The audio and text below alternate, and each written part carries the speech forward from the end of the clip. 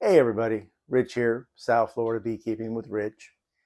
So I was at the University of Florida, South Florida Bee College yesterday. You'll be seeing this about a week later, so to you it's last Friday instead of this Friday, the day you're seeing this, unless you see this a year from now, who knows. But at any rate, I was just sitting at the table. I wasn't taking classes. I was just minding the Broward Beekeepers Association table and talking to people. And I brought a jug of Switchel with me. And it was a big hit with everyone. So it's like, okay, well, I make it with honey, which isn't the New England way of doing it. So it's worthy of a video, I guess, since so many people enjoyed it.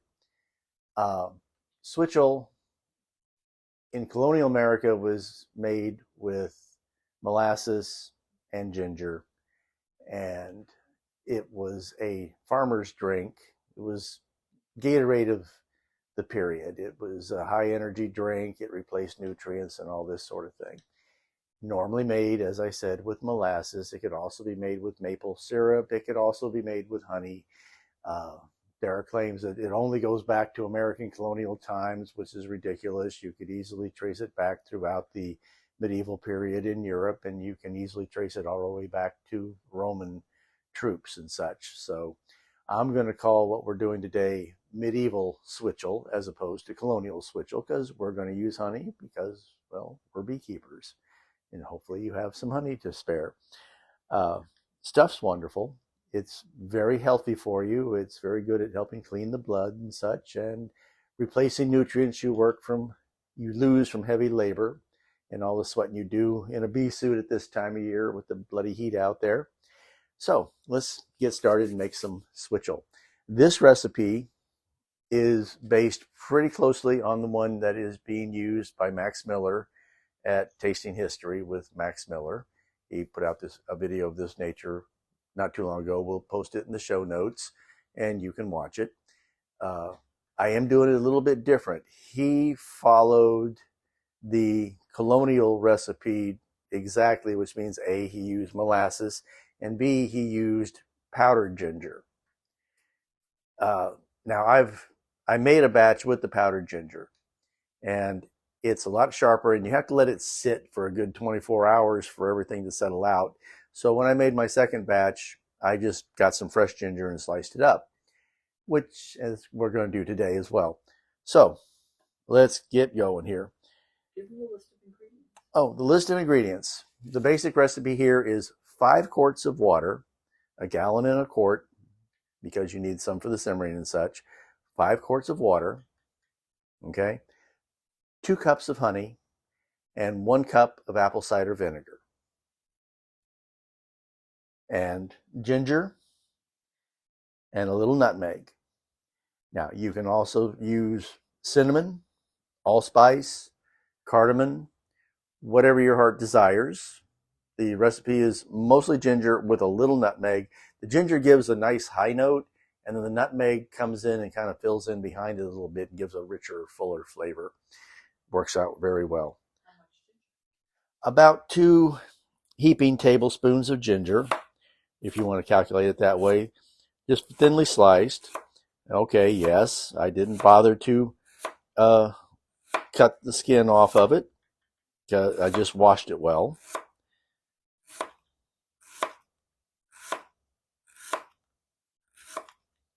Okay, that's plenty of that. As far as a nutmeg goes, you bust it up a little bit. And no, you don't have to have one of these to do it. You can just take a hammer out of your garage, wash the face of it, and press down that way. Mortar and pestle? Mortar and pestle. Although I don't actually recommend it, because you put a whole nutmeg in a mortar and pestle and you go whack, and you're as likely as not to have everything flying in 2 directions. This little technique here works better. So there's your spices. And now, through the magic of television, there's your spices, having been simmered now for about 15 minutes. and 2 cups of water. Okay, so that's good to go. Next thing, 2 cups of honey. Let's see if we have enough out of this container. Yeah, we're getting there. Barely. Well, it makes sense. I've made 3 batches using this half-gallon container. And it was not quite as bad as watching wax melt. There we go. We got to the 2 cups. All right. Now, tip.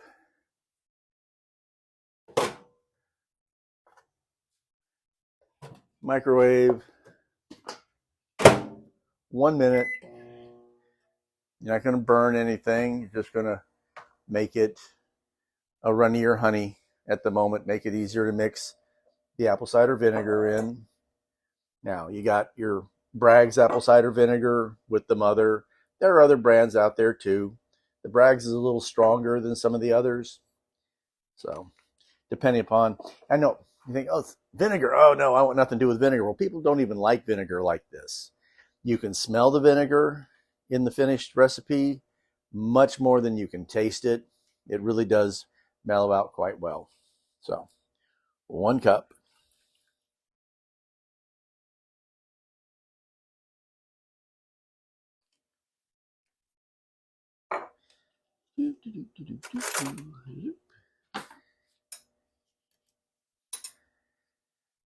Five, four, three, two, one. There we go.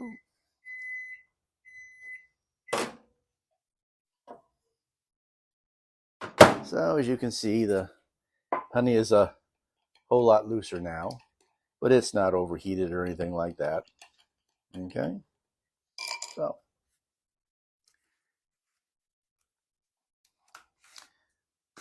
gallon.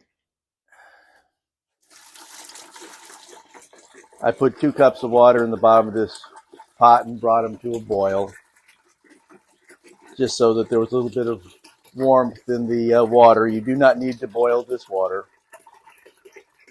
You don't even really need to warm it up much.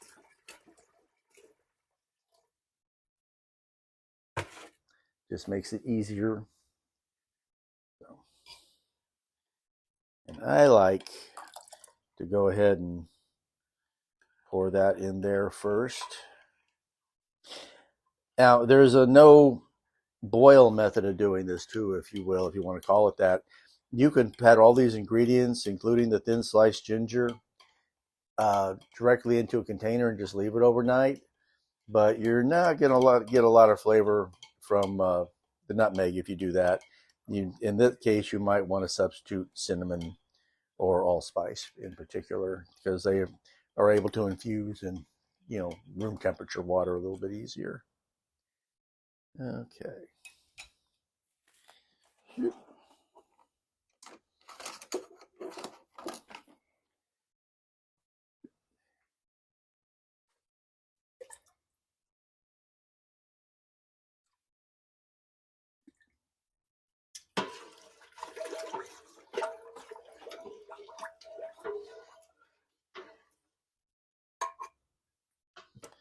Doing it that way, it mixes easily and quickly. So now you're adding another 2 cups of water? There was 2 cups of water. Well, 4 cups of water is a quart. It's a 5-quart recipe. So you got your gallon of water. There's 2 cups of water have been used in the simmer, and 2 cups of water are used here. That makes that. And I am straining out the ginger and the nutmeg. I really don't like, you're taking a sip of something like this and all of a sudden you get some powdered ginger down your throat. Not fun, in my opinion.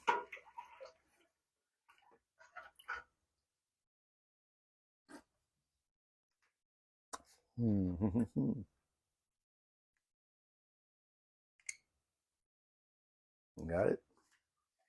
Yep. good stuff. So, let's see.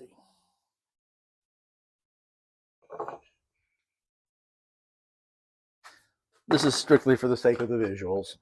How long do you leave it in the pan? You know, once you're certain, once it feels like everything is well dissolved, there's no honey on the bottom, which with this technique, there never is.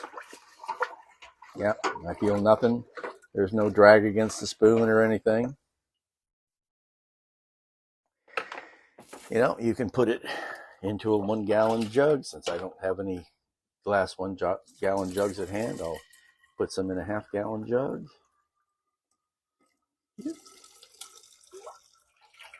Could you put it back into the plastic container and you just get the water out of it? Yes, you absolutely can. You better repeat the question.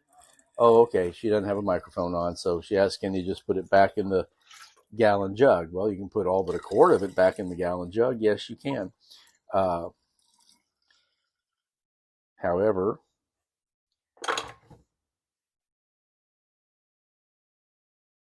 I usually put it into half gallon jugs. If I'm going to keep it in the fridge, it's just more convenient that way. That way I can put it directly in the little front thing here. And it's available without opening the whole fridge. Now, let's go over some things, some of the comments from yesterday. One guy tried it and said, this would be great with some vodka in it. And I corrected him and said, no, it's great with some rum in it, because historically, rum is what you would put in Switchel if you wanted to give it a boost. But yeah, if you want to use vodka, I guess you could, but you can use rum too. Oddly enough, my wife, who says to her this doesn't taste nearly as good warm as it does cold, well, the jug I took yesterday, that jug there, was cold. And there were people who were sampling this who said, wow, this would be great warm. So whatever floats your boat. If you're out working in the yard, you don't want something really too cold anyway, you know, because it could cramp you up, which is one of the reasons why ginger is the primary spice used in this, because ginger is good for preventing stomach cramps anyway. So, yeah, you can make this. Oh, one guy I liked, he said, hey, you know, this is great. If you threw some yeast in here and fermented it, it'd be terrific. And I looked at him and I said, well, that wouldn't really work. And he says, why? And I said, because every time the yeast ate some sugar and pooped out some alcohol, the acetobacter, which is what makes vinegar, would immediately pounce on the alcohol and turn it into more vinegar. He goes, oh yeah, I didn't think of that. I said, now, if you can find a sterilized natural apple cider vinegar, go for it. But just as a caution, if you're buying really cheap, quote unquote, apple cider vinegar, it's really nothing more than a petrochemical byproduct of the petroleum industry that they put a little brown food dye in. There's really no difference between the white vinegar and the quote unquote apple cider vinegar when you do that. So if you want to find a sterilized real apple cider vinegar, I've never really tried, so I don't know if it's out there or not. But yeah, you can do that, and you could brew that up, make a small mead sort of thing out of that, some alcoholic Switchel. That would work. Try it hot, try it cold. Play with it any which way you want. If you want to add a dollop of molasses to this to change the flavor, if you want to add a dollop of maple syrup. But not blackstrap. Yeah, no, not blackstrap. Use golden molasses. Not that they didn't use blackstrap. You know, if you like to punish yourself that way, you go right ahead. That's not my problem. But you could use, you know, golden molasses. You could do anything you want with it. You could even substitute apple juice as part of this. You know, cut back on your honey, cut back on, well, I wouldn't cut back on the vinegar, just cut back on the honey. And instead of using a gallon of water, you could, you know, use 3/4 of a gallon of water and a quart of apple cider. Do whatever you want. This is an endlessly flexible and very usable recipe. Do whatever you want with it. I think the most important thing is that your honey or molasses to vinegar ratio must be 2 of honey and 1 of uh, apple cider vinegar. Beyond that, the world is yours. Put whatever spices in it you want. This stuff is great for working outside. It's healthy. It's good at cleaning out the joints. It's like the old apple cider vinegar uh, cure where you use equal parts apple cider vinegar and honey to make a syrup. And then you put a tablespoon or more of that into 6 ounces of water and you drink that every day. But a lot of people look at that as a punishment. Well, you add a little bit more honey and it's not a punishment anymore. I tell you, my joints have been feeling real flexible here this last week or so since I'm on my 3rd gallon of this stuff at this point. So that's it for today. This has been Rich with South Florida Beekeeping with Rich. This is kind of tangential to beekeeping, I'll admit, but it came up because of the South Florida Bee College, so I'm counting it. Have a great day, everybody. Be sure to like and subscribe.